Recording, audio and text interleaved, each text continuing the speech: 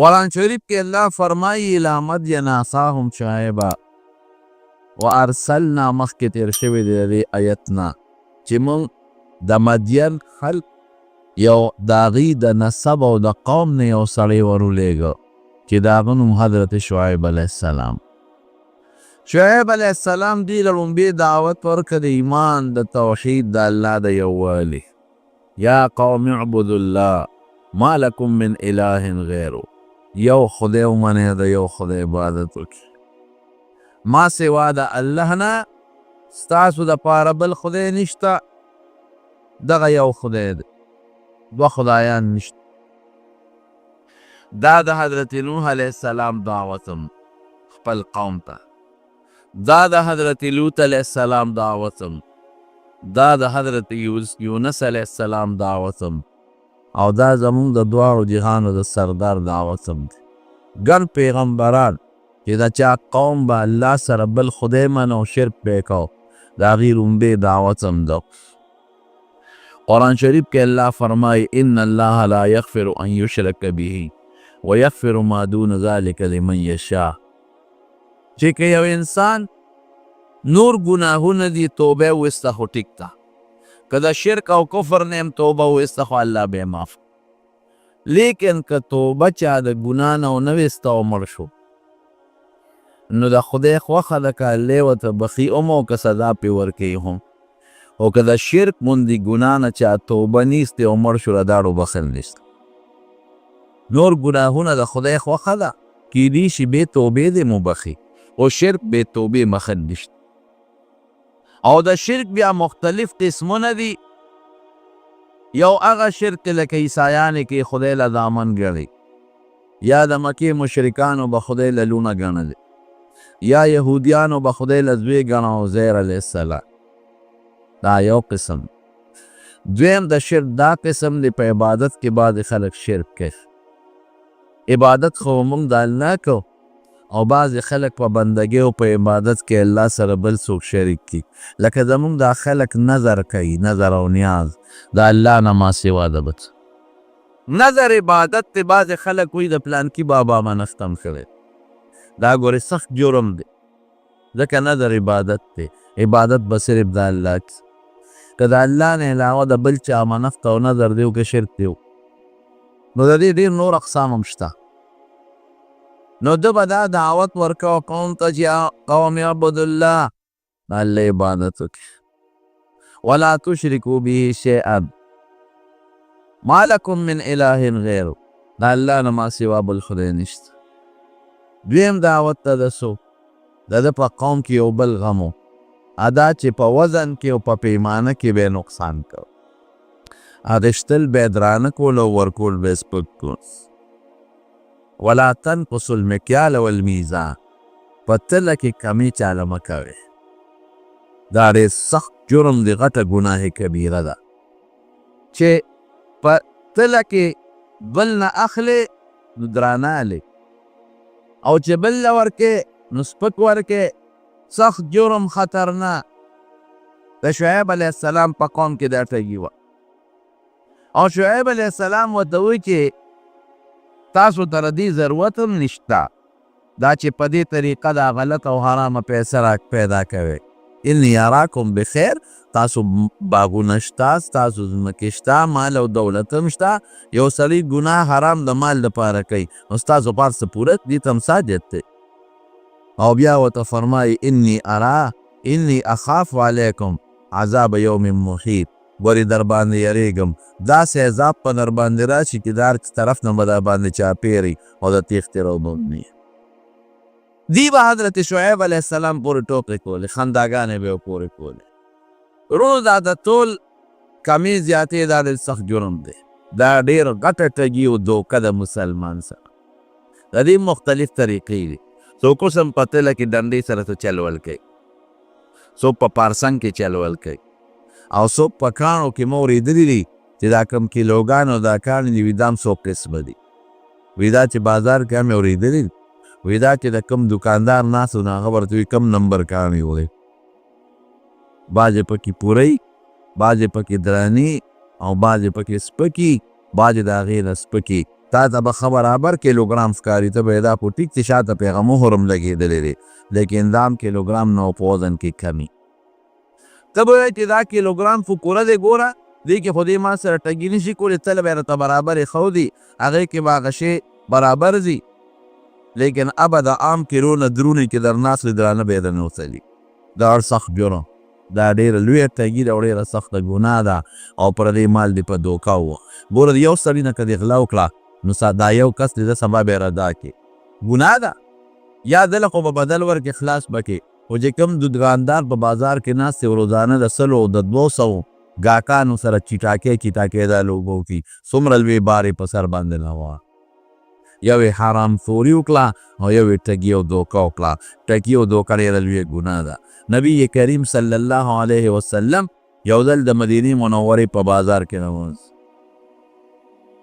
یو سړي غله خرڅوله، حضور پاک پکې لاس ومنډه، چې لاس یې ومنډه لاندې لمده وه او د پاسه وچوه. ما هذا دا څه شی دی؟ د پاسه وچوه لاندې لمده، وی اصابته السماء، وی صاحب باران پې شوی دی، پرې باران شوی دی. نبی علیہ السلام مبارک ورته وفرمایل چې هغه باران والا یې د پاسه ولې نه ایښوده؟ باران د بره کېږي که لاندې کېږي؟ باران خو د پاسه کېږي، لاندې خو اوچي. نو باران چې په کم شوي و پکار دا دی چې هغه د بره خلکو ته ښولی چې دا ګورې لامده غنم دی، غنم دې لامده کړي خو په تله کې زیات شو. بیا حضور پاک وفرمایل من غشنا فلیس منا، چا چې زموږ مسلمان سره دوکه وکړه او ټګي وکړه دا زما په لاره نه دی روان، زما په طریقه نه دی روان. دوکه خطرناک جرم او ډېره لویه ګناه ده، به اسانه خبره خو ده. پیو کې خلک اوبه اچوي، دا هم د دوکې یو قسم دی. اکثر خلک په دې کې مبتلا دی. ولې په پیو کې اوبه اچوي؟ یو بوډۍ ښځې نه مې تپوس وکړو مخکنۍ خبره، پیو کې مونږ به دې پی اخیستی، ما وې ترورې نن خو دې په دې په دا پی خو دې ډېر زیات نري کړي دي، دې پیو کې اوبه مه اچوه. وی ولې اوبه پلیتې دي؟ څه اوبه پلیتې دي؟ اوس د هغې ذهن کې دا و چې اوبه خو پاکې دي، راځه چې ټولو پکې اچې. ما یې ترورې تا نه خو ما د پیز اودس ته نه وړم چې اودس پرې کوو او تا پلیتې کړي دي او نه پرې غسل کوو. که چېرته دا ما د اودس او د غسل دپاره استعمالولې نو بیا به تا ویلو چې ما پکې پاک شی ټولې پلیتې مې نه دی اچولې. دا خو تا اوږه بې قیمته شی دی او د پیو په قیمت ته خرڅې کړې. دی مثلا په 40 50 شپېته روپۍ کیلو خرڅېږي، اوبه مفتې خرڅېږي، مونږ کره لیکي دي څه، مونږ پکې خپله نه جوړ ټولې پاکې اوبه دي، تا ته څه ضرورت دی چې ته پکې اوبه اچوې؟ نو دا ټګي او دوکه اوبه د پیو په قیمت خرڅول، دا ګورې ته به نه وایې چې مړه دا د هر چا د غلو مختلف قسمونه دي، دا هم پکې یو غل چې پیو کې اوبه اچوي. د مسلمان سره یې دوکه وکړو په یو طریقه دې پیسې ووالي. غلا څه ته وایي؟ په یو پټه طریقه د چا جیب وایي. نو بعضې سوشل او په تهذیب یافته خلک په یو طریقه غلا کوي او بعضې خلک په بله طریقه پردي جیب کې ګوتې منډې او غلا ترې کوي. دا د غلا طریقې دا مه وایه چې نه دا خو زما د خپل کورټۍ دي، نه دا هم د غلو د ټګۍ یو طریقه ده. نو دا د دوکې قسمونه دي. یا بعضې خلک دا دکانداران په دې سوداګانو کې دوکې کوي، په قیمه کې مثلا دوکه کوي، قیمه کې پلپوس ګډ پلپوس پکې په هغه نن سبا په هغه مشینۍ پیکو لیکي نو پلپوس پکې اوی پکې ګډ کي. نو ستا دې ګناه وکړله، پلپوس خو د 130 روپو کیلو شیر او قیمه مثلا په 200 روپۍ کیلو ده، نو هغه د 130 روپو شیر یې ورسره په 250 کیلو قرض فانو خوا پلپوس ناست دی رن پکې اچوي. بلکل دا ټوله دوکه ده او ګناه ده. نبی علیہ السلام حدیث ته ګوره من غشنا فلیس منا، چا چې ټګي وکړه خراب شي په ښه باندې بدل که او خراب شي د ښه په قیمت خرڅ که او 2 نمبر د 1 نمبر په قیمت، دا دوکه او دا ټګي ده. دا وایي زما په طریقه نه دی روان. دا ټولې لوبې دي او ټولې طریقې دي. چای ته ګوره ډېر کم خلک به داسې وي چې هغه به سوچه او پاکه چای خرڅوي، یعنې اکثر دا د روجو بسمس او دې له رنګونه ورکوي او په خلکو یې خرڅوي. یا دې مسالو ته ګوره، ما یو ځل د یو دوکاندار نه مساله اخیسته، ما زیره ته اخیسته، زیره سپینه ما یې نه توره زیره راواله ښه مزېداره چې کومه خوشبویي، ما ته یې ویې هغه تا باندې نه ښه شو چې راویې اخیسته داسې بل شان زیره غوندې وه. زه پرې پوه شوم چې دا زیره نه ده، ځکه زیره سړی پېژنې، تور هم پېژندي او سپین هم، چې مې وکته ښه شته خوشبویه وه. مې دا ولې ماله نه راکې؟ ما ته وی دا د اسونو د خرو خاشونه دي او ایسنس یې پکې اچولی. ایسنس دا یو خوشبویه بوتل یې خرڅېږي د هر چې خپل خوشبویي وي او پکې اچوه. مسلمان باندې د خرو خاشنه خرڅه او د اسونو خاشنه پرې خرڅه. او مخکې ورځو کې په اخبار کې ونه کتل چې سپي خرڅول، سپي حلال کړي او سپي خرڅوي په مسلمان باندې سپوږ غوښې خرڅوي. قسم دی یو سړي راته په خپله خبره کوله، یو سټور نه مې غوښه راوړی، بیا ګورې دې سټور نه غوښه وانهلې. او په مکه مکرمه کې راته یو سړي خبره کوله، د خدای په د نبي علیه السلام په کلي کې راته خبره کوله. ما ته وی کوم څاروي چې زمونږ د سوداګرو سره مړه شي په دقې خلکو خرڅو، بلکل مردار څاروي. یو سټور یې راته وښه، ما بیا د ما توبه. نو ګوره دا د دوکې مختلف قسمونه دي، دا خطرناکه ګناه. او زمونږ پاکستانیان په دې سیس کې نمبر 1 کې دي، په ټوله دنیا کې نمبر 1 چلی، حکومت هم په دې کې نمبر 1 کې چلی. پخوا مونږ سعودي ته تلو نو هغې کې به هغه بل شان ټیلیفون به هغه ریال به یې ورغورځو، اوږد ریال به هغه به یې ورغورځو، یو به یې ورغورځو، بیا به یې بل ورغورځو. نو چې تر څو به دې ریال ورغورځو نو خبرې به دې کولې، او چې کله به هغه ریال بند شو نو بیا په ټیلیفون کې خبرې بندې شو. دا د خپل مخصوص طریقې کار. ما ته یو سړي خبره کوله، ما ته یره یو مسئلې تپوس ته نه کوم، وی زه وی مونږ خو زه ټیپر مولیو کې زیاتې ظلم نه کوو، وی دا خبرې کوي یو چل هم زده کړی دی. هلکه سیم چل دې زده کړی دی، یو ریال کې هم د اوسپنې تار اچولی، د سیمو نرۍ تار هم اچول په ریال کې، وی هغه ور وغورځو لاندې، وی به پاسه به بل ور وغورځو، بل هم نیولي چې دا لاندې لاندې نه چې د هغې خپل ماهرات دي کړي. وی بلاکو ورغورځو، خبرې کېږي چې ښه ډېرې په ګنټو خبرې وکړو، هغه راکاږو ابره پرې ټول یارونه واپس راوځي. ګوره دا دماغ شیطان انساني او جني شیطان چې یو ځای شي نو دا دواړه چې یو ځای شي د هغې نه یو سړي راته خبره کوله، مخکنۍ خبره ده. ما ته یې په روس کې هلته کې سپلی پالش کوي په مشین باندې، نو وی او ډاکټر اوس ډاکټر شوی دی، هغه د ډګري اخیستې ده. نو هلته کې دا سپلی پکې ورکي نو هغه به دله پالش کي، نو بیا چې هغه راوغورځوي نو بله به ورکي، نو بله ونیسي نه راغورځوي، نو د هغې خپله روپۍ د هغه په مشین کې ورکي، چې یې ورکي نو دویمه سپلی یې د راغورځوي، لومبی راغورځوي دویمه درته نیسي. ځکه سړی خو بې سپلی نه ګرځي که. وی مونږ دا چل کړی پاکستانیان چې یو سپلی دلته پالش هغه راغورځوي که ده، وی بل بل مشین کې پالش، بل مشین ته خو هغه لومبی ده راوی غورځي. دې کې چې روسیې راغی او پکې سپلی ورکړه لومبی یې ترې ونیوه، بل ته چې ورغې د هغه نه یې مړه هلکه دا خو مشین خراب، دا خو دویمه نیسي، او دا خو یې زما نه لومبی سپلی ونیوله. اوس مشین ته خو خبرې نه شي کولی که چې لومبی را باندې پاکستاني پالش کړی. شیخو دا د ټګۍ او د دوکې طریقې دا به ته مسلمان سره ټګي مو کې دوکه به مو کې لوی رب سره څه کې، الله درنه خبردار دی. نو صحیح تجارت کوه. نبی کریم صلی الله علیه وسلم فرمایي التاجر الصدوق الامین، کم سړی چې تاجر سوداګر دی، رښتیا وي او مانتګر دی، خیانت او دوکه نه کوي، دی به کم ځای اوس مرتبې ته تجارت دونه بهترین شی. التاجر الصدوق چې رښتیا وي، دروغ نه وي، عیب ښایي، دی کې دا عیب دا غنم لامده دي او دا مساله دا نمبر ده او دا چې دا نمبر باقاعده تا ته خپل عیب وښایي چې دی کې صاحب دا عیب دی، او رښتیا په یو ټګیم نه کوي. مع النبیین والشهداء والصدیقین، دی به د قیامت پر ورځ د پیغمبرانو سره وي او د شهداو سره به سب کې ولاړ وي، او د صدیقین د حضرت ابوبکر مرتبې والا خلک هغې سره سب کې به ولاړ وي.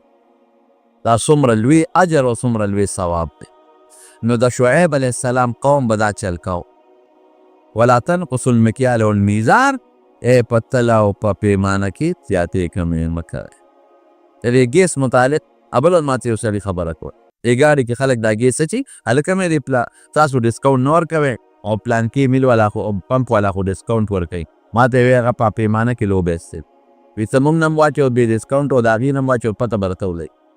اوس په هغې کې هم پیمانه کې فرق راغی. دا ولې مسلمان دوکه او ټګي کوي د مسلمان سره؟ دا د پیسو دپاره. زموږ د جمع یو ملګری دی، د جمعې لمانځه له راځي، مستقل تقریبا هر جمعې لمانځه له راځي او کاروباري ملګری. هغه ما له راغې ما ته کېناست، ما ته ویره دا یو غلطي رانه کېږي، او که دا غلطي ونه کوم نو 15 روپۍ ګټم، او که دا غلطي کوم نو 50 روپۍ ګټم. ما یې ګناه به نه کې، دوکه به نه کې. چا له ګټې؟ بچو له ګټې. نو آخرت قبر کې به وال او ټکول ته خورې او مزې برې بچي کوي یاره جي او دونه پریشانه کې په دویمه جمعه به ماله راغی ډېر زیات پریشانه نن مې بچي په هسپتال کې دي او نن دا باندې پلانکي پلاټ قبضه وکړو جون مې وي د پریشانۍ دی مې دا شی ته پرېږد یا ما ته په خپلې وړه د شم ټینګ دا شی ته پرېږده ته ګوره چې برابرېږي که نه برابرېږي الحمدلله دا درېیم څلورم کال یې پر پسې تقریبا راځي هغه شی پرېږد اوس دونه خوشحاله او سکون ما دوی مولي صاحب د هغې نه مې زیاته سودا خرڅېږي هغې ګټې نه مې زیاته ګټه ده ګټه مې هغې نه زیاته ده سودا مې هغې نه زیاته خرڅېږي بچي مې مطمئن زه مطمئن ژوند خوشحاله الحمدلله خپل په تهجد زه ټینګول ګران دي چې زه دې لږ ټینګ کړه حرامو ته نو برکت دا رزق دا د ان من شیء الا عندنا خزائنه وما ننزله الا بقدر معلوم خدای په اندازه رزق درته نازلی نو که ته په حرامه طلب کې اومه قدر کوي او که په حلاله طلب کې اومه قدر کوي مقدار اومغه دی د هغې نه زیاتولی کمولی نه شي اوس تا ته ګوري چې دا سوړه دی نیر ته د دې ګنده نه ورخوباسې او که د پاک نه ورته ورخوباسې که د پاک نه ورته ورخوباسې هغې نه به دله راځي او که د دې ګنده نه ورته ورخوباسې هغې نه به شي به حق کوي خو لیکن دا زمونږ د شیطان دوکه نو حضرت شعیب علیه السلام قوم به دا چل کو او ته دا به نه کوې ده به مونځ ډېر زیات کو شعیب علیه السلام او خدای ته به جړل الصلاتک تأمرک ان نترک ما یفعل آباؤنا ستا مونځ تا ته دا چل ښیي دا ډېر مونځونه چې کې د پلار نیکه طریقه هم ده دا پرېږدو مانځو پورې به ټوکې تقالی پورې کول او ان نفعل فی اموالنا ما نشاء چې څه غواړو هغه باندې پرېږدو د پلار نیکه طریقه او رواج راباندې درته مونږ دا چل ښه اوس هم چې کم سړي نه غلطي وشي ګیرې پرېښي خلک وایي هله وایي دا لا شیخ دی دا د راګیرو دا چل ښی هلکه دا لا پټکي په سر دی دا پټکي راته دا چل ښی د نیکۍ پیغور به نه ورکوې د ګناه پیغور ورکړه د نیکۍ پیغور به چاته نه ورکوې دا ډېر سخت وی جرم او سړی په سیکل روان و بلې ته ولګېد او وایي ته لا شیخ یې او درې په سیکل وواله هلکه نو زما بریکونه خو په ګیره کې نه دي چې ته ماته د شیخ والي پیغور راکړې خو په لاس کې بریک لګېدلی هکه معمولي څو قدم هلکه ته لا شیخ یې نو له شیخ څه چل وکړي شیخ سره خو عقل زیاتېږي نه شیخ یې سره عقل همغه عقل دی که ګیره خري هم هغه عقل دی او که ګیره پرېښود هم هغه عقل دی نو ولې د ګناه کار کې نو دا زړه طریقه ده وي تا ته دا چل دا مونځ ښیي حضرت شعیب علیه السلام به مونځ ډېر کو او خدای ته به یې ډېر زیات جړل هر وخت به الله ته جړا کوله او نبی کریم صلی الله علیه وسلم فرمایي چې کوم انسان خدای ته ډېر جاړي د هغه نه خدای ډېر زیات خوشحالېږي خود یې د دواړو جهانو سردار مبارک به الله ته جړل عایشه صدیقه رضی الله عنها فرمایي وی د شپې به اوږد مونځ کو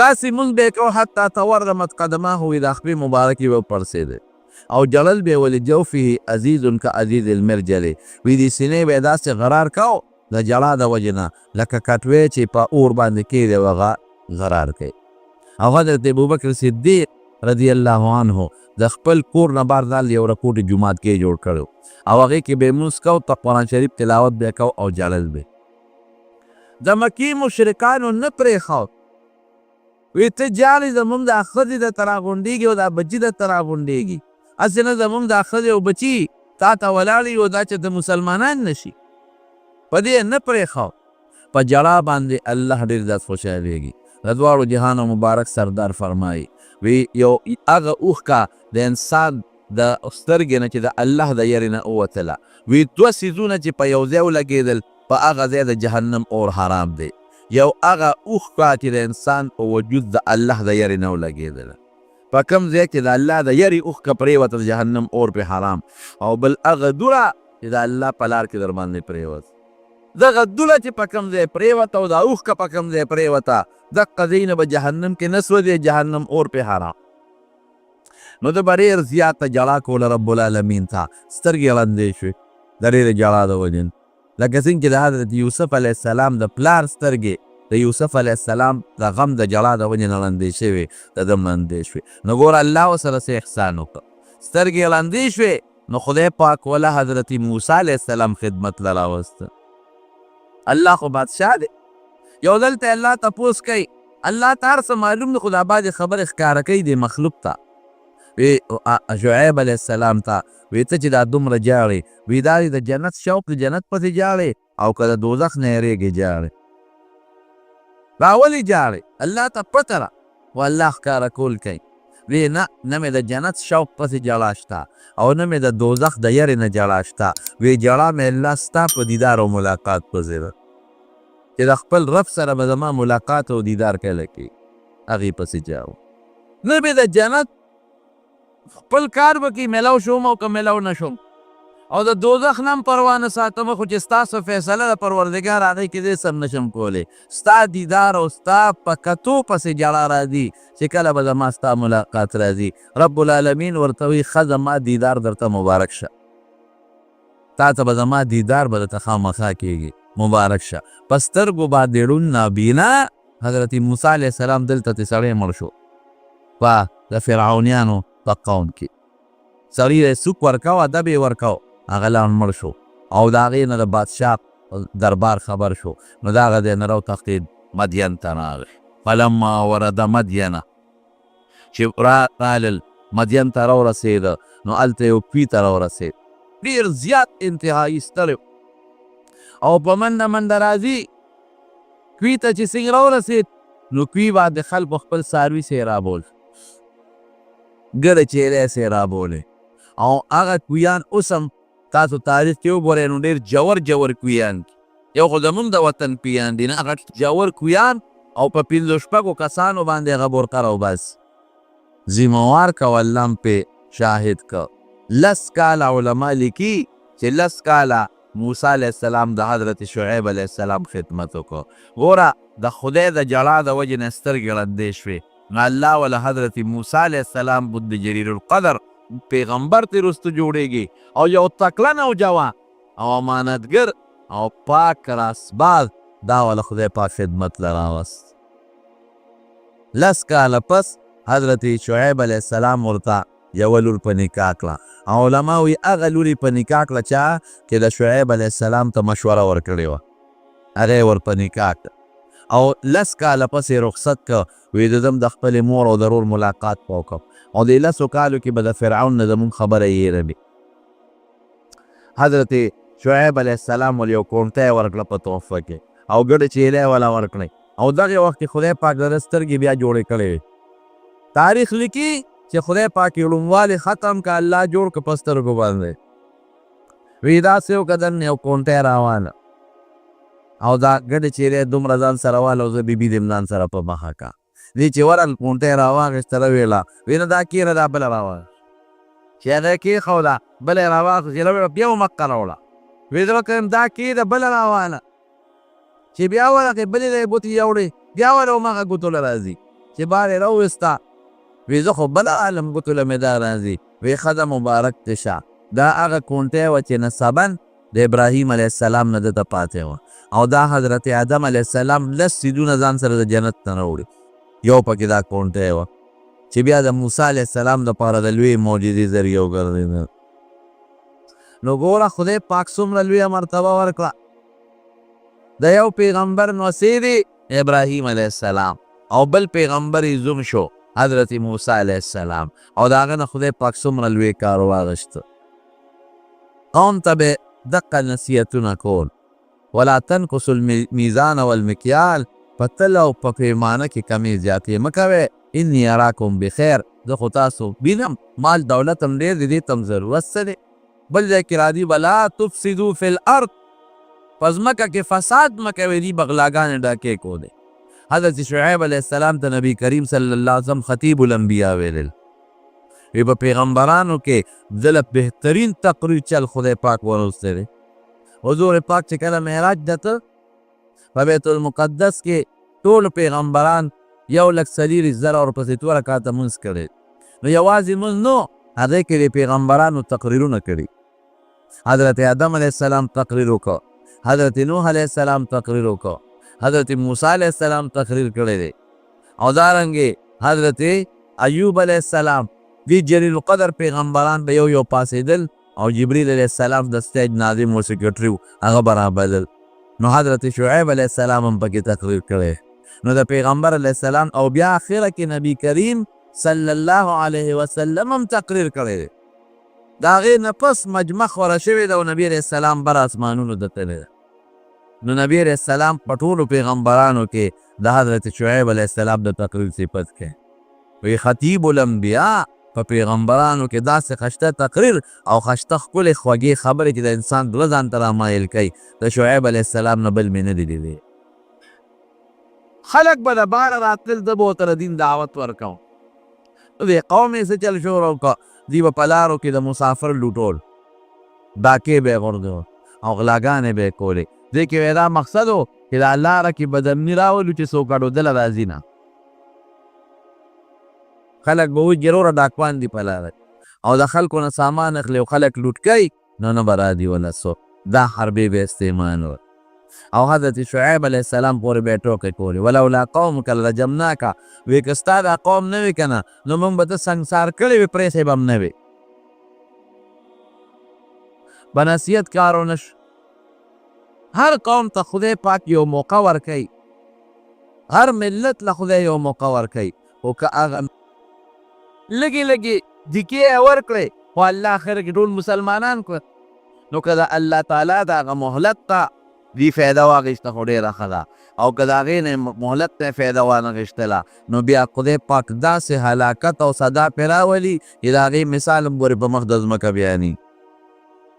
شعیب علیہ السلام ورته وایي چې ګوره سم شي انی اخاف علیکم عذاب یوم محیط در باندې د هغې عذاب نه یریږم که ادر باندې راغی و ادر نه چاپېره شو نو بیا کوئی تقریرې ته نشي. شعیب علیہ السلام ته رب العالمین حکم ویره دې وطن نه هجرت کوله دې د عذاب وخرانمان نان ته وباس. هغه ته ووت چې کله ته دې قوم ورپورې ټوکې کولې خندلې ورپس دې ته لاړ ووت دغه قوم او په دې قوم باندې خدای پاک یو ګرم عذاب راوست. حالانکې دا علاقه ګورې یخه ده ما اورېدلې داسې دي لیدلې مې نه ده اورېدلې مې چې اوس هم هلته کې درې فوټه واوره پرته وي. علاقه یخه علاقه الله تعالی پرې عذاب راوست د ګرمې هوا په شکل کې. دوی ځان له سمکې تیخانې جوړې کړې وې هغې ته کوز شو یخه هغه ګرم هوا پسې هلته هم ننوته نو دوی بار راووتل چې بار راووتل نو الله یخه هوا راوست.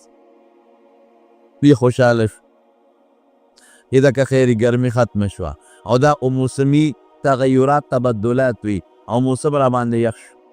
دې کې یو وریځ پرې راغله داسې وریځ راغله چې هغه ډېره ښکلې یخه وه او دوی ته رانږدې شوه او دا ټول ورپسې راووتل د هغه خپلو سمسو نه د هغه وریځې لاندې شو نو درې عذابه پرې پرله پسې راغل. لاول پرې زلزله راغله ځمکه وجړقېدله. تاسو ولیدل مخکې کالونو یې دوه درې کاله مخکې ایمان سرې علاقه باندې کومه زلزله راغله ما اورېدلي د خلکو لیدلې مې نه دي وی غټ غټ بلډینګونه اووه شپږ شپږ چته دا داسې زمینبو ځمکه کې ننوتل چې وی د هغې اړو نام و نشان هم نه ماري او داسې لوی لوی شکونه او کندې په ځمکه کې جوړې شو سړکونه او غرونه په ځمکه کې ننوتل. د خدای پاک د زور مقابله څوک ټولی نشي کولی. لاول پې زلزله وه د زلزلې نه پس څه وشو جبریل علیه السلام په یو چغه ووایه ډېره هیبتناکه د هیبت چغه او درېیم نمبر د هغه وریځ نه پې د پاسه اور راوورېد داسې اور پې راوودېدل ټولې ختم کم کأن لم یغنوا فیها داسې ریز مریز کړل لکه چې په دغه علاقه کې انسان اوسېدلې قدر ابني. دا د خدای پاک تباه و برباد کړ.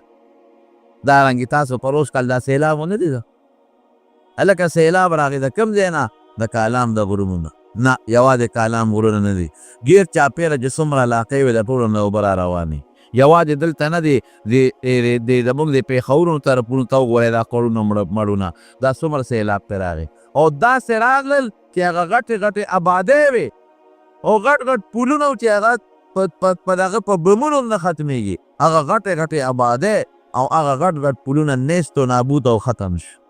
د خدای پاک د زور څوک مقابله کولی نشي کولی. دا یاد ساتئ ورونو ګونه خدای پاک انسان له مهلت ورکوي. د دې رزق مثال درته ښیم د بعضې رزق داسې مثال دی لکه یو انسان څه نوکر ساتلي بله ډوډۍ ورکوي هغه نوکر نه خوشحاله نو ښه ډوډۍ وله ورکوي او ښه خوراک وله ورکوي دې ته خوشحاله دی. دا رزق د ده لپاره یو نعمت. بعضې رزق د انسان لپاره قهر او غضب وي لکه د مږې د پنجرې ډوډۍ د مږې په پنجره کې ورته غوښه واچئ او مالګې مسالې هم پرې ورته ودوړئ او په غوړو یې هم وله وترسئ او په هغه دننه په پنجره کې ورته د غوښې هغه ټوټه کېږدي او ښه خوشبویه کړي. څه دپاره چې دا مږې ورپسې د سوړو نه هم راوځي. دومره خوشبویه چې د هغه مږې هغه سوړو کې دننه هم راوځي او په هغه پنجره کې خو ورته ښکاري دا غوښه ورننوځي او څونه به ورته دا مږه خوشحاله چې داسې نعمت پې موندې دی چې د دې نه اعلی نعمت بل نیز دومره خوشبویه دی او څونه اعلی دی او د څوک شته هم نه راته پروت دی. دا لګی هغه غوښه خوري خوري خوري خوري دا نعمت دی. لیکن کم ماشومانو چې پنجره یې ښودې د کوټه کې ورسره لاس کړي هغې بارزوئ هغې وي ځکه خیرې ګیره شوې او ماشوم بل ته وایي شروع پې نه کوو صبر وکړه که نه هسې مري یو دوه درې نوړی خو خوري که نه څه به بیا ارمان کوي پرېږده چې لږه غوښه خو خوري. مګر غریبه په دې سوچ کې چې ما نعمت مونتی دی او بار چې کوم ماشومان ډنډو په لاس ولاړ دي هغې وي ودرېږه پته به درته ولګي لږ درته صبر کوو هغه نوړی یا نیمه خوړلی او یا نیمه نه خوړلی چې ماشومان پې راکېږي څوک یې اوبو کې مانډي او څوک په د کوټه کې ونیسي. دقه رنګې دا بعضې ګنده مال مونږ ته د مږې د هغه خوراک په شان خشته ښکاري. مونږ وایو دا خو د خدای لوی نعمت دی. هلته فرشتې څه وایي هغې وي صبر وکړئ یو څو ورځې درته ګورم لږ غوندې پې جبه مه به ووهئ په دا نیمه کې به پاتې ډنډې ورسره دي 2 ورځې پس مرې میاشت پس به درنه ساه خېږي کال پس به درنه تا خېږي. بېوقوفه دا خوراک د نعمت نه دی د مږې د پنجرې غوښه ده او بعض انسان له داسې خدای نعمت ورپېښ لکه یو سړی چې خپل نوکر له خوشحاله ډوډۍ ورکوي. د مارو د دنیا په مال غابره کېږي. عادیان وګورئ سمودیان وګورئ د نوح علیه السلام قوم وګورئ او دارنګې د موسی علیه السلام د فرعون قوم وګورئ. د دې نه غټ خلک درانه خلک نور تېر شوي د عادیانو په شانتې خلک الله اکبر غټو غټو تنو والا او غرونو کې به یې دننه سرنګونه ایستل او په غرونو کې دننه آبادۍ به یې کولې. لیکن چې کله د خدای عذاب پرې راغی داسې شو که انهم اعجاز نخل منقعر لکه د کجورو په باغ باندې چې هوا راشي زول او طوفان او دا تنې یې دقسې لورې پرتې وي دقسې تباه و برباد شو. دارنګې د شعیب علیه السلام پیغمبر پورې به یې ټوکې کولې یو نیکانو خلک پورې ټوکې به نه کوي علماو پورې ټوکې به نه کوي څوک د دین دعوت درکوي او نیکي در دخې ټوکې ملنډې به نه کوي. اوس دا مونږ ته دا چل ښایي هلکه د مړه ته یو زبر پکې ښې که نه مونږ نه سره زبرګان جوړی چې څوک مونځ کوي دې هم راته مولا شو او که څوک چاته لږ غوندې دعوت ورکړي چې دا ګناه مه کوه ښه کم لارې زبر فیان دا هلکه د دې خبرو څه مطلب دا د شعیب علیه السلام او د پخوانو پیغمبرانو د قومونو پیغورونه دي چې هغې به خپلو پیغمبرانو ته پیغورونه ورکول او چې جړل به یې خدای ته دې مکر دی ګوره د مکر د وجې نه جاړ. اوس خلک داسې وایي که نه وایي که څوک د خدای د یارې نه هم جاړي نو خلکو پورې دا ټوکې کوي. مونځ ته دا چل ښایي الصلاتک تأمرک ان نترک ما یفعل آباؤنا مونځ ته دا چلونه ښایي دا ټوکې به پیغمبرانو پورې کولې. نو یو چې څوک درله د نیکۍ دعوت درکوي عمل پې وکړه که عمل نه شي ګورې ټوکې ور پورې مه کوه. هر څه ریکارډ کېږي ګورې دې ته مه ګوره الازه سکون دنی بس دا لاړل افحسبتم انما خلقناکم عبثا وانکم الینا لا ترجعون. دا سوچ مه کوه چې کلي دا هر څه ما بس پیدا کړي دي او ماله به واپس نه راځي. نو دا څیزونه به نه کوې ځمکه کې فساد به نه کوې غلا غلطي ډاکه به نه کوې او په وزن او په تله کې تګي به بلکل نه کوې. یوازې وزن تله نه ده ګورې ما د دارې مختلف قسمونه خو حرام خوري دې نه خطرناکه ګناه بله نشته. نبی کریم صلی الله علیه وسلم په یو جهادي موقع کې صحابه اوسې ښکار کړې وه. هغه اوسې چې د ځان نه پړې اوږد که یا اوښله وراله نبي کریم صلی الله علیه وسلم سره خوا کې ودرېد زور یې وکړه ورسېدونه د الله رسوله د ستا دې ملګرو ښکار کړې ما او ما د دې پړې نه پرانېږده په دا پلانکي غار کې زما ماشومان بچي دي.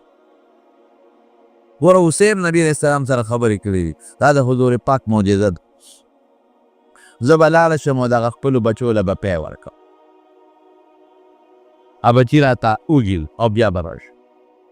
نبی علیه السلام مبارک ورته فرمایي پتا سید بار داسې نه که د دې پرېږدم ته خو زما دې ملګري ښکار کړې ته د دې پرېږدم او بیا را نه شي وي داسې قسم به درته وخورم چې په مخ د ځمکه د اسمان لاندې د هغې نه سخت قسم به بل وی څه قسم به وخورئ؟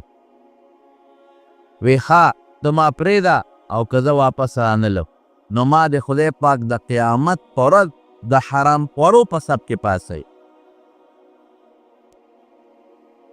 بلکې دا ماته د حرام خورو تعبیر وکړه، هغې کې عشارین لفظ راغلی دی. د هغې خلکو په سب کې مې پاسئ چې دا د زکات دا چیرمینان او ممبران دي. دا عشرونه تقسیموي او دا عشرونه ویشي او دا خلکو نه غونډئ. د دې خلکو په سب کې مې د پروردګار پاسئ. وی چې دا لفظ دیوسی وي د نبي دا وجود مبارک داسې ولاچېد. وی ډېر مضبوط قسم دی خوړه. واقعي په مخ د ځمکه او د اسمان لاندې دې نه خطرناک قسم بل نشته. صحابو ته یې د اوسۍ پرانده چې پرېنستله اوسۍ لاړه، خپلو بچو له یې پی ورکړل. دقه ده چې واپس راغله. صاحب ما خپل کار وکړ، خپلې ډوټي. حضور پاک هغه صحابي ته وي د اوسۍ پرېږدی او بیا عام اعلان وکړه وی د بچو په ورځو کې ښکار به بالکل نه کوي، ځکه یو حیوان چې د ښکار کو د سره د 2 3 4 بچي برباد کړ. د بچو په وخت کې چې د مرغۍ ویشته هغې په جاله کې چې کوم 1 2 بچي دی هغه مړه شو، ځکه هغې د بریځ افسوس کړي. د بچو په وخت کې به قطعا ښکار نه کوي او هغه اوسۍ یې پرېښودله. نو حرام خوري دا ډېر خطرناک شی دی ګوره، او مسلمان سره ټګي کول دا ډېر خطرناک شی دی. مونږ ته دا اړو څه ښکاري نه، مونږ ته را ټګي سم نه ښکاري. مونږ وایي مړه دا خو څه وله غوندې خبره ده. 2 روپۍ دي یاره د یو نه دي 2 وانې او د بل نه دي 2 وانې او د بل نه دي 3 وانې او د بل نه دي 4 وانې. دا به کب دی لا پیټې په شا ګرځی. د قیامت لویه ورځ یې که نه نه او دا چا له ګټې د دې زمانې بچو له او بګېږي مه راکړه چې رانه زکات په تاسو ځواني او بوډاواله رانه د دې زمانې بچي. خدای ګواه دی داسې خلک مې لیدي دي، رښتیا درته وی په جنازو کې مې داسې خلک لیدلي دي، رښتیا درته وایم چې د خپل پلار جنازه کې زوی نه دی شریک شوی، د خپل پلار په جنازه کې نه شي. دا ما لیدلي په خپلو سترګو باندې. داسې خلک مې هم لیدلي په دعا کې په جنازه کې تاسو هم ورته کتلي وي چې خلک وایي دعا ورته وکړو، دوی یو بل سره بل ملګري سره ګپ لګوي. هغه خپل پلار ته لاس هم نه اوچتوي چې د پلار ته خو د دعا او د خپلې مور ته دعا د دې وګورئ په دې تعصیتونو کې تاسو دې بچو له رزق ګټې، دې له ډوډۍ ګټې، دې له بنګلې جوړی، دې له مستقبل کې بینک بیلنس جوړی او آخرت ځان له په خپله بربادی. دا خو تو خیار نه قمق علی قمق. حلال رزق حلال تجارت وکړه چې څومره دې ډېره کړه، حجونه به پکې وکړي، عمرې به پکې وکړي، جومات به جوړ کړي، مسلمان سره ښېګړه به وکړي، رشته دارانو دوستانو سره ګاونډیانو سره به وکړي، نو فایده به دې ډېره زیات. او که حرام دې زیات کړ نو ځان لرې تاوان ورکړه، ځان مه تاوانه کړه. قرآن شریف کې الله تعالی فرمایي یا ایها الرسل کلوا من الطیبات واعملوا صالحا. هر پیغمبر ته الله دا اعلان کړی دی. نو پیغمبر قاسم پاک دامن دی ورته ولې وایي یا ایها الرسول اے پیغمبرانو کلوا من الطیبات ورې پاک رزق وخورئ واعملوا صالحا او نیک عمل وکړئ. اول نمبر حکم د پاک رزق او دویم نمبر رزق، دویم نمبر اعلان دا د نیک عمل. نبی کریم صلی الله علیه وسلم فرمایي ویډیو کار یو سړی وي اشعث ببر سر به وي اغبر دوړې به پې الوتي او رفع یدیه الی الله، الله ته به لاسونه پورته کړي او چغې به وي یا رب یا قاله پیغمبر هم الفاظ دي یا رب یا رب یا رب یا رب ای ربا ای ربا ای ربا انا یستجاب. د دعا به سي قبلي نه قبليږي دعا ولې وی ملبسه حرام ملبسه حرام لباس نه ماکل ډوډۍ حرام مشعوبه حرامې چې کوم ځای سملي هغه ځای د حرامو. انا یستجاب کوم ځای نه به د دعا قبول نه قبلېږي. سر ببر جامې شتېدلې او یا رب یا رب یا رب دعا به نه قبلېږي. تمارو دا عادتونه او شهادت شعیب علیه السلام بالخصوص د هغه قوم کې دا یو عادت نو د ټګۍ او د دوکې نه به ځان ساتئ. او د ټګۍ او د دوکې مختلف قسمونه دي. یوازې د دکاندار ټګي او دوکه نه ده، دا زمیندار هم کوي ګورې ټګي دوکه خفه کېږي ما الوګان چې بازار ته وړي لاندې پکې سا چوري او بره سا چو لاندې والدو بره دې پې ټټه چولي ولې خلک دوکه کې دا خو ګناه ده.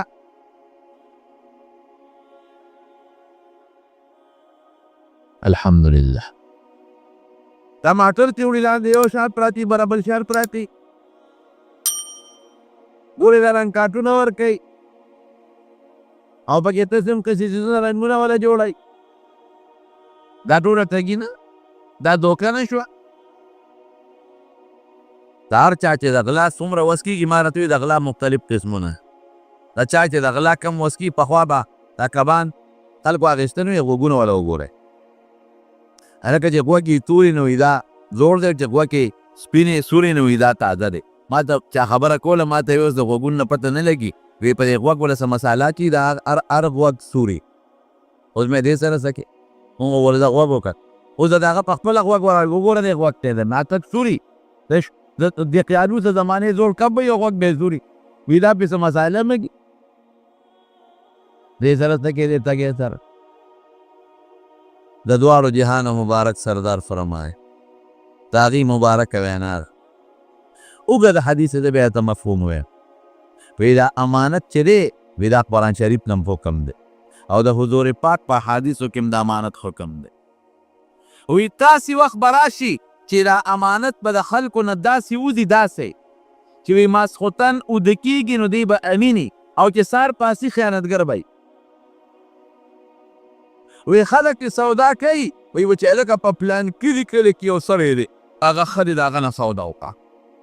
په پلان کې کلي کې یو سړی دی، داسې ده اوس کې نه ده.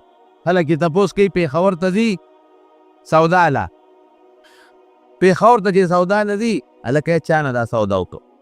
هلکه پېښور خو ټول د دوکاندارانو نه ډک دی، مردان خو ټول د دوکاندارانو نه ډک دی، چارنده خو ټول د دوکاندارانو نه ډک دی، چا نه سودا وکړم. یو د یو نه تپوس کوي، یاره جي پلانکي دوکاندار نه وکړه، په هغه زرګونو دوکانونو کې یو یې په ګوته کړ، پلانکي نه سودا وکړه. ان فی بني فلان رجلا امینا، وی پلانکي ځای کې یو سړی دی، ښه سړی دی، هغه نه سودا وکړه، بل چا نه ماخله. په سلو کسو کې او په زرو کسو کې یو باندې به د خلکو اعتماد وي، په باقي به د خلکو اعتماد نه. دا د نبي کریم صلی الله علیه وسلم وینا. حضرت شعیب علیه السلام د 140 کالو کو عمر کې وفات دی. د مدین نه پس یو بل قوم دی، اصحاب الایکا بن والا خلک. هغه داسې علاقه وه چې هغه ډېره زیاته سرسبز و شاداب وه او د باغونو او د میوو نه ډکه علاقه وه. هغې ته بیا دعوت الله له ورده، هغې جوټلاو کوې نه من، هغې باندې هم د خدای پاک عذاب را. بیا دې راغلي د مکې مکرمې ته، او په مکه مکرمه کې د 140 کالو یعنې د 70 کالو په عمر کې وفات شوی. نو دا مې د هغه دعوت په سلسله کې یو څو خبرې د تاسو کول. رب العالمین دی مونږ له د حلالو فراخه رزق راکړي. دا دو خدای پاک دې د حرامو د رزق نه وساتي، او الله دې د ټګۍ او د دوکې د رزق نه وساتي، او الله دې د دواړو جهانو خیرونو برکتونو نصیب کړي. د خپل وطن او د ملک هم دعا کوي، زمونږ د عمل کو دا وطن دا په مختلفو طریقو باندې دا ظالمان کافران راځي او د ګیرولو کوشش کوي، او زمونږ د حکمران طبقې خفه کېږي، مه د هغې څه پیسې مو سره شریک کړي، کله یو ډرامه جوړه کړي او کله بله ډرامه جوړه کړي. الله څه زمونږ د دې وطن او د دې ملک حفاظت وکړي، او زمونږ د جوماتونو، زمونږ د قرآن او زمونږ د دین حفاظت وکړي. رب العالمین زمونږ یو دوست دی، زمونږ یو ورور دی، هغه مانځل هم راغلی دی، وختي ما ته ټلیفون کړی و، هغې د څه مشکلات دي، د مردان دوست دی زمونږ ورور، دعا ورته وکړي چې خدای پاک هغه مشکلات او تکلیفات په خیر او په خوشحالۍ بدل کړي، او رب العالمین د هر قسمه غمونو، بیمارو، رنځونو، مرضونو نه سره درونو سره د ټول خاندان په حفاظت او په خپل امان کې وساتلی کې، او الله د فتنو، د مصیبتونو، د مخلوق د شر نه په حفاظت او په امان کې وساتي. الله چې څوک مریضان دي خدای ټول له شفا ورکړي، خدای که څوک قرضداران دي قرضونه اخلاص کړي، الله زمونږ د حلال او فراخ رزق نصیب کړي، او د حرام پورې نه الله په امان کې وساتي. مردگان چې څومره زمونږ وفات دي مغفرت نصیب کړي، او زمونږ دا کشر کول خدای د لوفرۍ نه او د بدعملونو محفوظ او مامون وساتي. آخر وخت کې په خولې دا کلمه نصیب کړي، لا اله الا الله محمد رسول الله. سره مو اوریدونکو د شیخ الحدیث مولانا محمد ادریس صاحب دا 452 نمبر کیسټ ډک شو. په دې کې تاسو د حضرت شعیب علیه السلام واقعه واورېده. دا به تاسو ته پېښور ښار کې بیرون کچرې ګیټ اشرف روډ سره فقیر خان ناصر خان کیسټ هاوس کې د ناصر خان او حیدر خان سره ملاویږي. Telephone number दे 255। हजरत इब्राहीम अलैहिस्सलाम द अल्लाह पैगंबर द मर्ग फरिश्ता वाला राला वे स्टा टीम पूरे दे उस्ताद नौबासम वे चारा ले गले वे अल्लाह नदी वता अजीब जवाब के वे खा अल्लाह खुदमा खलील दे उतोस मेरे नो दोस्त पर दोस्त वजनी के जुन बावर कई दा सिंह मा दोस्त जिमा वजनी पर वजलो सारी खपकेगी फरिश्ता अल्लाह लाला वे इब्राहिम अलैहिस्सलाम खुदा वही जजा अल्लाह खपल खलील जोड़ करे नो दोस्त खो दोस्त न वजने वे खबर तवा जितना मा दोस्त नो दोस्त खुदा दोस्त मुलाकात हुआ खई तदा मुलाकात सिंह न हुआ खई दोस्त वागे तो इधर दोस्त मुलाकात खुश की जान कुर्बान के खलक हज दी और पैसे सोना लगे वक्त सोना दा मुलाकात दी हाँ ये बड़ा खुदा दा कोर मुलाकात होकम दा हरमैन होकम और दा हुजूर पाक होकम नो दोस्त खुदा दोस्त ब मुलाकात खुशहाली की खपकीगी ना दा खुदा जान ता मुलाकात लगवालम दा मर फरिश्ता आलवी अल्लाह खुदा से वही वे खम बस वी पोए नशुम عجل عجل شاب تلوار کا وما نزوبل زمارو سوچ دقا دے پکار دے حضور پاک مبارک لجگر دمر فرشتہ رالا حضرت عائشہ صدیقہ رضی اللہ عنہ فرمائی فی زمان سینے تے ڈلوالے ہو نمر فرشتہ چی سنگ رالا حدیث پاک کے راضی حضور پاک جبریل علیہ السلام اور سر نمر فرشتہ ہوا ویدا د مرگ فرشته راغلی د دنیا ته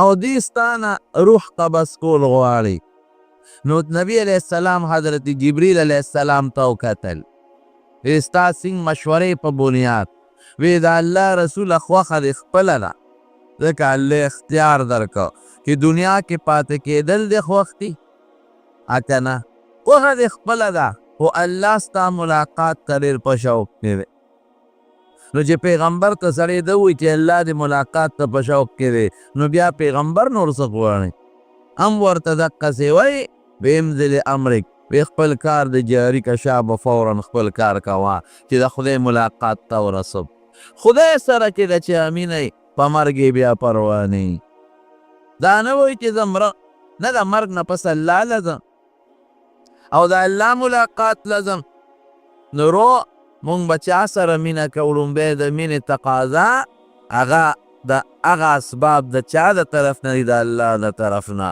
نو مونږ چې محبت او مینه کوو د الله سره به کوو دغه حضرت ابراهیم علیه السلام یو ځل ګډې چیلې سرولې حضور پاک فرمایي ما من نبی یو پیغمبر نشته الا الغنم مگر ګډې چیلې سرولې هر پیغمبر او دا ولی ګډه چیلې پیغمبر سره دا د پیغمبرۍ یو ټریننګ دی ګډه چیلې ورسره نو دی مشقت کوي ګډو چیلو والا څونه ګرځي ورپسې په دشتونو بیابانونو اوس خو صحراګانې نشته او په دې صحراګانو کې ورپسې ګرځي نو چې دی د مشقت چل زده کي وګرځي له غوندې او تکلیف برداشت کړي مزل به کوي دی به سبا هجرتونه کوي دا پیغمبر دی به جهادونه کوي او دی به دعوت و تبلیغ پسې ګرځي نو چې دا ګډه چیلې او سره نو د کې به دا طاقت پیدا شي نو دا ګډه چیلې سره نورې فایدې هم پکې دي دا د پیغمبر دپاره د پیغمبرۍ یو ټریننګ وي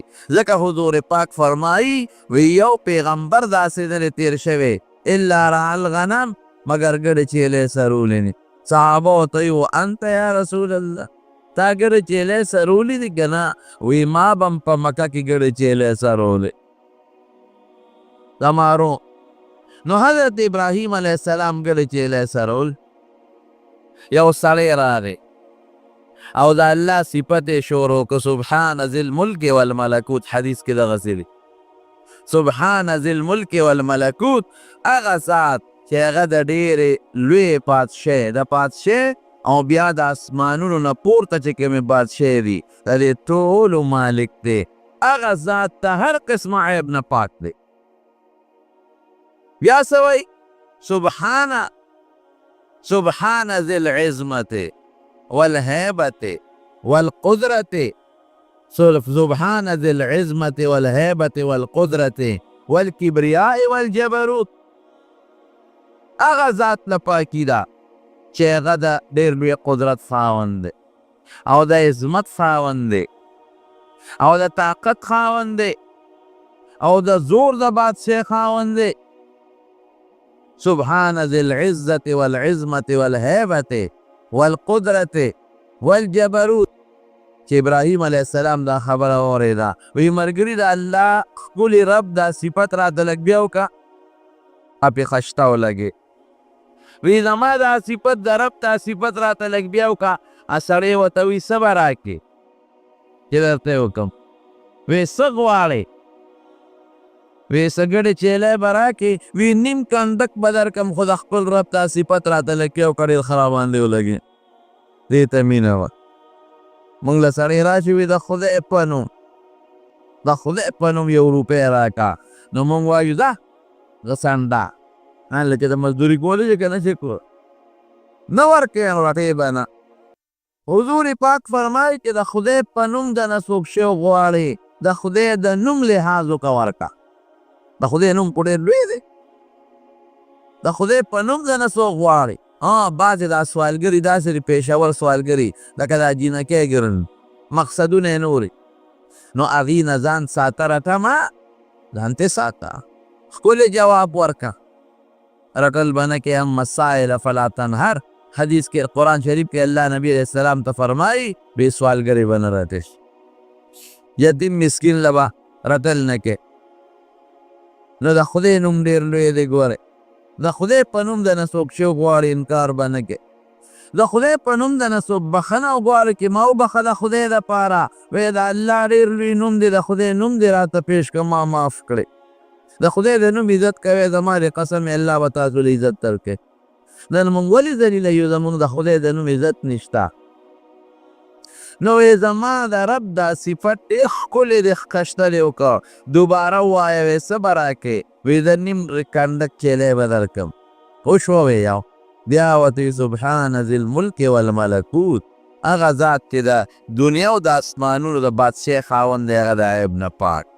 سبحان ذي العزة والعظمة والقدرة والهيبة والكبرياء والجبروت.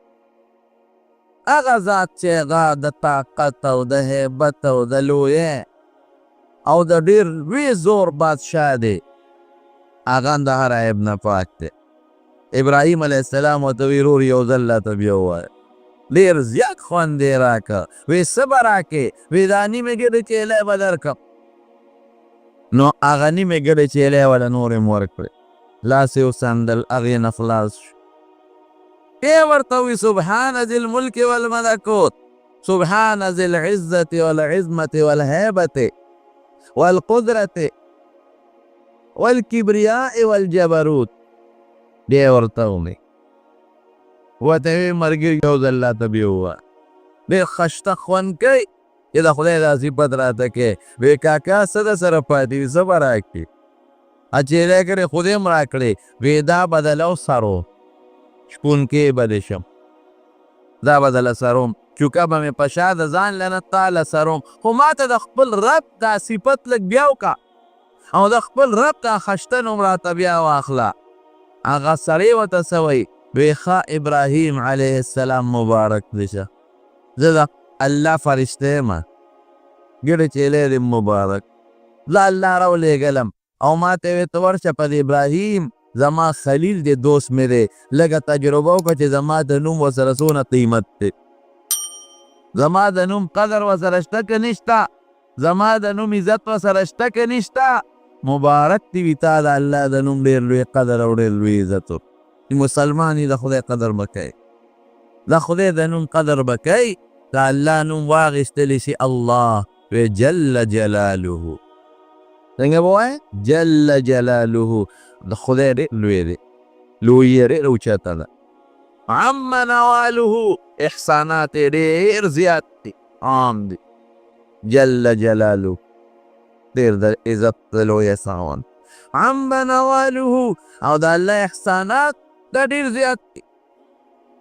او بوله چې ته خدای سره مینه کوې هر څه خو الله سره دي. الله به در سره مینه کوي که به نه کوي؟ مینه خو د پښتانه وایي د یو لا تبلق نه خېږي او عرب وایي الحب من الجانبین دا اکثریت ایده ده چې محبت ته یو طرف نه ني د دواړو طرفونه اکثري ده نو چې ته الله سره مینه کوې الله به هم در سره کوي پرېږدي به دې نه بغیر د مینه